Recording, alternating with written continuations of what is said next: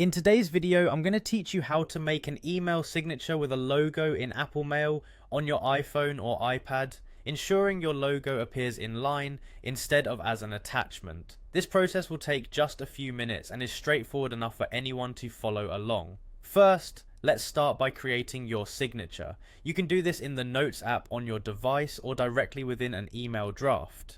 Begin by typing out the essential details of your signature, your name, your title, your email address, and if you wish, your phone number too. This will form the basic text of your email signature. Next, you'll want to incorporate your logo. To do this, you need to have your logo hosted online, ideally as a small file under 50 KB, and in a format like PNG or JPG. Avoid using images directly from your Photos library, as they'll typically send as attachments.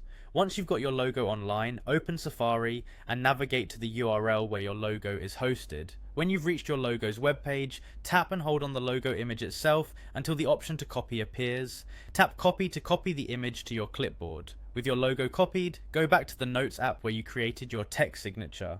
Tap to position the cursor at the spot in your signature where you'd like your logo to appear, usually right beneath your typed information, then paste the logo image directly into your document. This way the logo is seamlessly integrated into the body of your signature. Now you'll need to select the entire signature, including both the text and the image. To do this, tap and hold anywhere within the signature until you can select all of it. Once everything is highlighted, tap copy to store it all on your clipboard.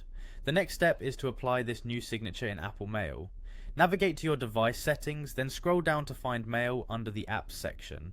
Once you are in Mail settings, locate the signature field, tap to enter, then paste your copied signature into the provided text box. Sometimes the formatting can get a bit misaligned when you paste it. If this happens, there's a handy trick. Give your phone a little shake to prompt the undo option. Tap undo to restore the proper formatting.